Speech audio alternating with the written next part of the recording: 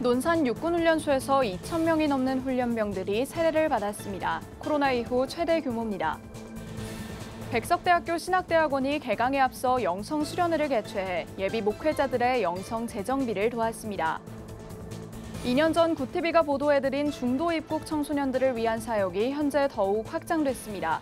지역의 청년들이 자발적으로 사역에 나서고 있습니다. 부산 수영구 기독교연합회가 나라와 민족을 위한 연합기도회를 진행했습니다.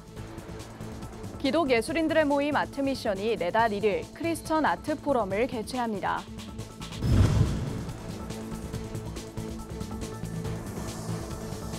시청자 여러분 안녕하십니까? 구티비 뉴스입니다. 걱정 가득한 자대 배치를 앞두고 말씀에 순종하는 삶을 살겠다고 다짐하는 훈련병들의 선서인 육군훈련소 진중 세례식이 지난 주말 열렸습니다. 코로나 이후 최대 규모입니다. 보도에 김혜인 기자입니다. 오늘 세례를 받는 여러분은 지난날 지은 죄를 회개하고 말씀에 순종하는 삶을 살며 죄악된 행동을 하지 않을 것을 결심하십니까? 2,000명이 넘는 군인들이 큰 소리로 신앙을 고백하는 진중 세례식이 열렸습니다. 지난 3년 가까이 소수로만 진행됐던 세례식이 코로나 이후 최대 규모로 논산 육군훈련소에서 개최됐습니다. 코로나 재확산으로 모두가 마스크를 꼈지만 세례를 받으려는 열정까지 막을 순 없었습니다. 이태근 여의도 순복음 은혜교회 담임 목사는 진심으로 주님을 영접하자는 주제로 설교를 전하며 하나님을 만나고 변화되길 당부했습니다. 여러분 일생에서 가장 중요한 일입니다. 사람이 거듭나는 일은 얼마나 중요합니까? 내가 예수 믿고 내가 거듭나는 날이구나. 이제까지 내 인생을 내가 살았고 내가 결정했고 내가 했지만은 오늘부터 세례받는 이날부터는 여러분이 하나님의 자녀가 돼서 하나님이 여러분을 가이드해 주시고 인도해 주시고 축복하시고 도와주시고 이럴 줄 믿습니다. 기독교 대한 하나님의 성의 주체로 열린 이번 진중 세례식에선 코로나 기간 중단됐던 물세례도 재개했습니다. 훈련병들이 앞으로의 군복무 속에서 신앙을 지킬 수 있도록 목회자들은 훈련병 한 명 한 명을 위해 머리에 손을 얹고 축복하며 기도했습니다. 매년 열리는 행사이지만 세례를 주는 목회자들은 매번 의미가 남다르다고 말합니다. 그때 우리 군종 목사님들이 훈련병들에게 그리스도의 사랑을 전하고 하나님의 말씀을 전하는데 그때 감동을 입은 훈련병들이 참 많아요. 군에서 신앙생활을 제대로 잘 했던 그 병사들을 민간 교회에 온전하게 이렇게 잘 연결을 시켜주어서 우리 한국 복음화 확장에 크게 기여를 한다고 하는 의미가 되고 있습니다. 이날 세례받은 장병들은 주일마다 반드시 군인교회에 출석해 예배드릴 것과 자대 배치 후 기독교 신자로 등록해 군생활 동안 최선을 다해 신앙생활을 해나갈 것을 다짐했습니다. 구티비 뉴스 김혜인입니다. 백석대학교 신학대학원이 개강을 앞두고 학생들의 영성을 재정비할 수련회를 개최했습니다. 백석총회가 학문으로서의 신학에서 벗어나야 한다고 거듭 강조해온 만큼 수련회를 통해 영성에 기초한 신학생들이 되도록 자리를 마련한 건데요. 이번 수련회는 특별히 설립자 장종현 목사가 참석해 집회를 이끌었습니다. 정성관 기자의 보도입니다. 백석대학교 신학대학원이 17일 천안 캠퍼스에서 2박 3일간 개강 영성 수련회를 개최했습니다. 한국교회 미래를 이끌어갈 예비 목회자 700여 명은 개강에 앞서 예배로 새 학기를 준비하기 위해 수련회에 참석했습니다. 특별히 백석학원 설립자 장종현 목사는 이튿날 저녁 부흥에 참석하며 학문에 매몰된 신학이 아닌 영성에 기초된 사역자가 되길 권면했습니다. 하나님의 본질과 속성에 대해서 많이 알면 알수록 겸손하고 섬기고 희생하고 충성하는 것이 신학의 공부의 원리야.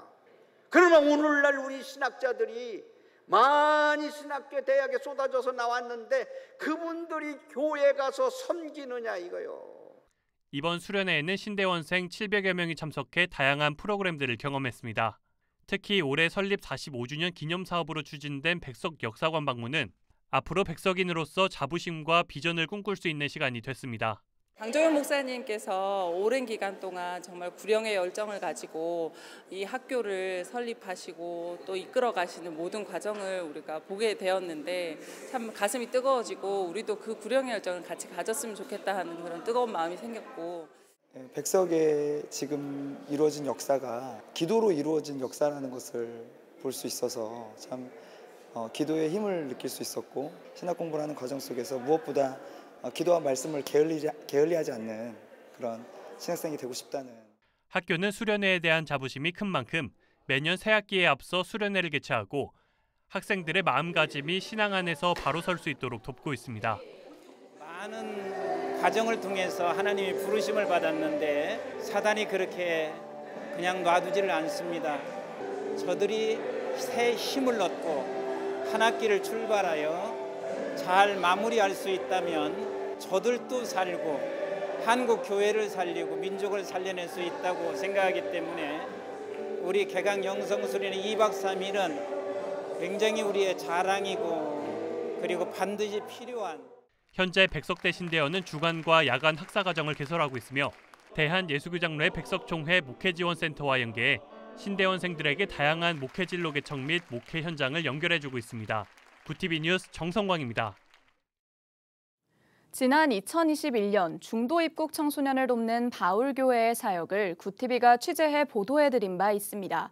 보도 이후 해당 소식을 들은 청년들이 봉사팀을 꾸려 교회에 방문하게 되고 아이들에게 다양한 지원으로 사랑을 전하며 사역이 확장되고 있다고 합니다.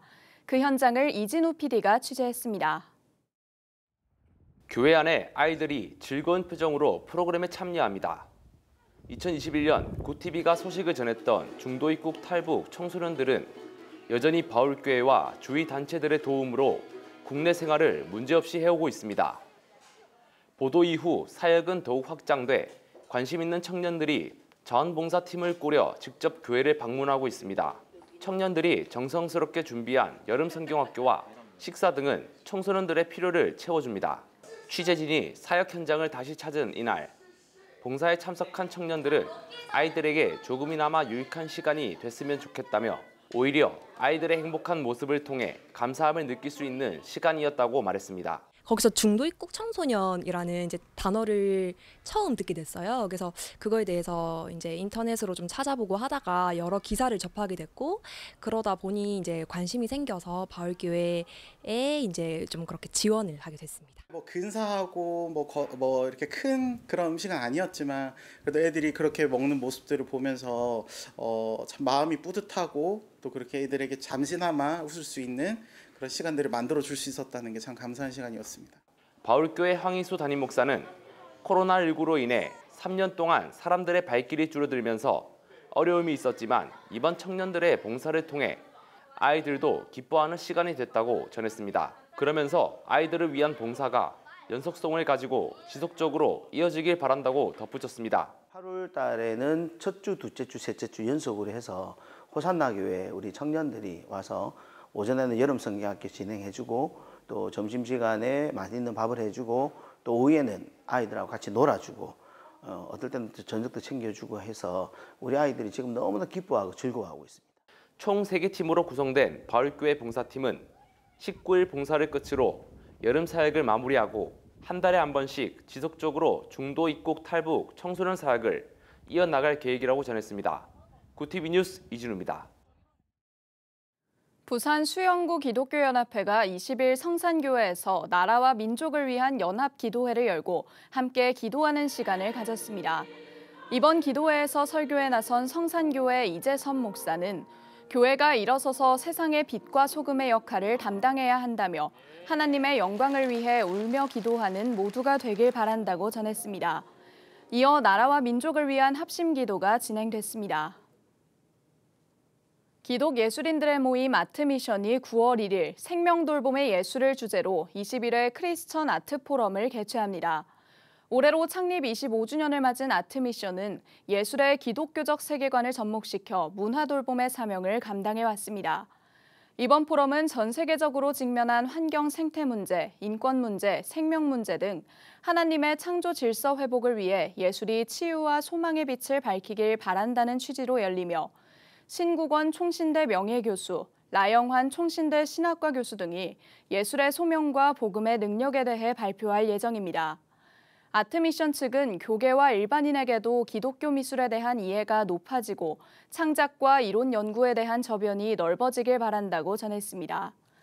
포럼은 1일 오전 10시부터 서울 중구 경동교회에서 개최됩니다.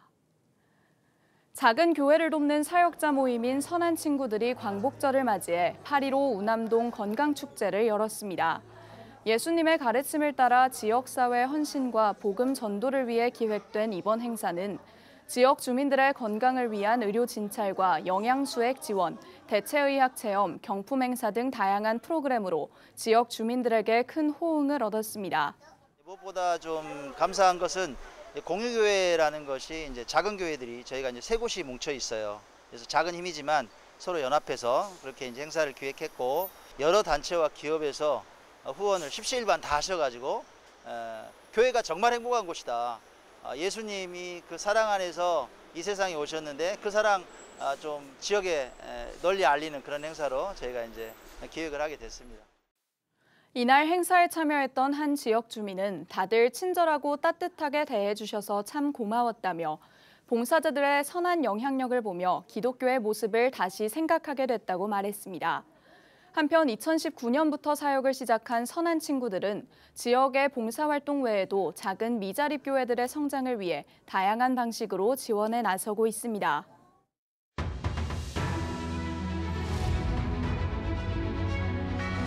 오늘의 이슈 포커스입니다. 서울 관악경찰서는 흉기를 소지하고 신림역 사거리 인근을 배회한 혐의로 20대 남성 A씨를 불구속 입건해 조사했다고 21일 밝혔습니다.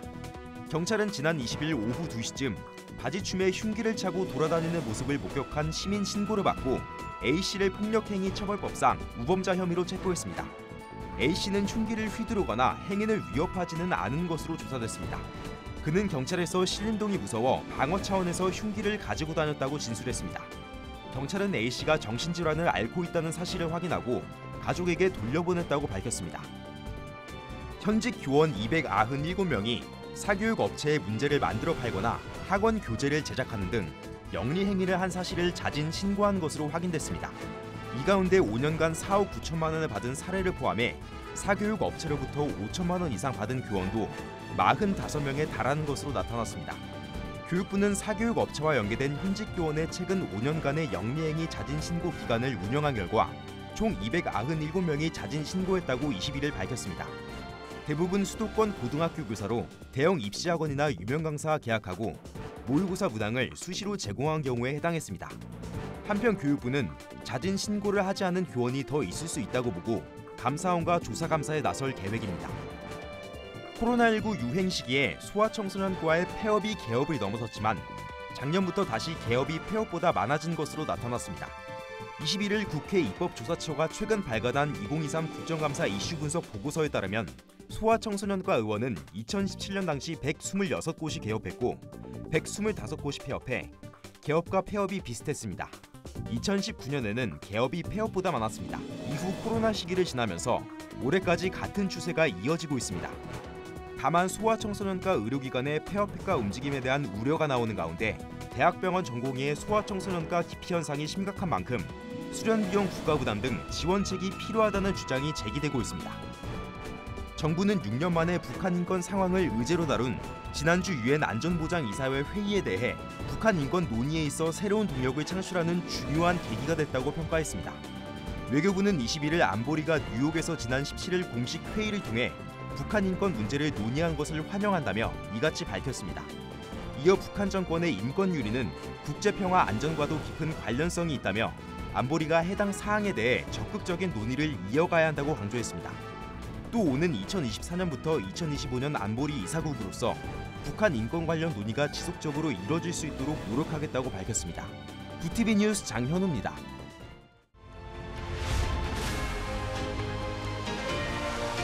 부티비 월드와이드입니다. 기시다 후미오 일본 총리가 후쿠시마 제1원자력발전소 오염수의 해양 방류를 미루지 않겠다는 의지를 밝혔습니다. 이런 가운데 기시다 총리가 21일 오후 어민단체장과 면담을 진행했습니다. 기시다 총리는 전국어업협동조합협의회 사카모토 마사노부 회장을 만나 정부의 대책을 설명하고 이해를 구했습니다. 일본 정부는 이미 소문으로 인한 어민 피해 대책 지원용으로 한화 2,800여억 원에 해당하는 300억 엔과 어업 지원용으로 한화 4,600억 원인 500억 엔의 기금을 각각 마련해놓고 있습니다.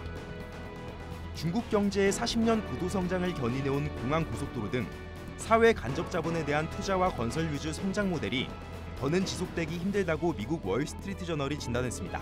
월스트리트 저널은 현지 시간 20일 중국의 40년 호황이 끝났다고 보도했습니다.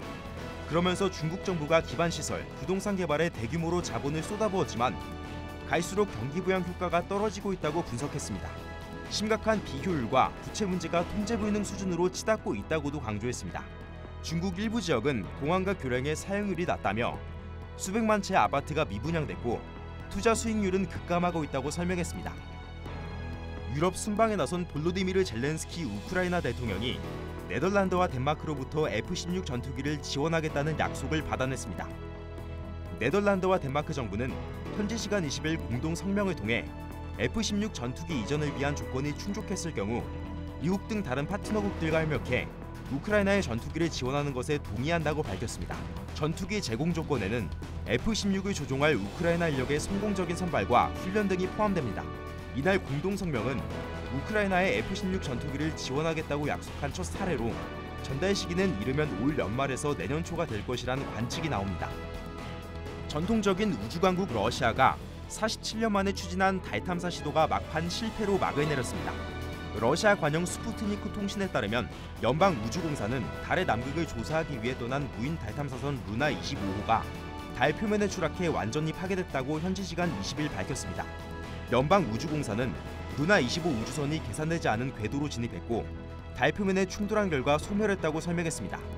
한편 사흘 뒤인 23일에는 지난달 14일 인도가 발사한 무인 탐사선 찬드라얀 3호도 달 남극 지역 착륙을 시도할 예정입니다. 구티비 뉴스 장현우입니다.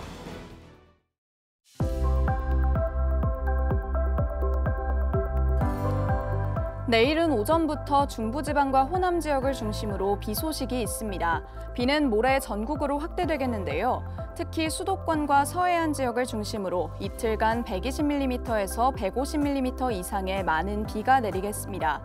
비구름의 영향으로 기온은 조금 내려가겠지만 여전히 무덥겠습니다. 이어서 전국 날씨입니다. 내일 한낮 최고 기온은 서울 29도, 강릉 33도가 예상됩니다.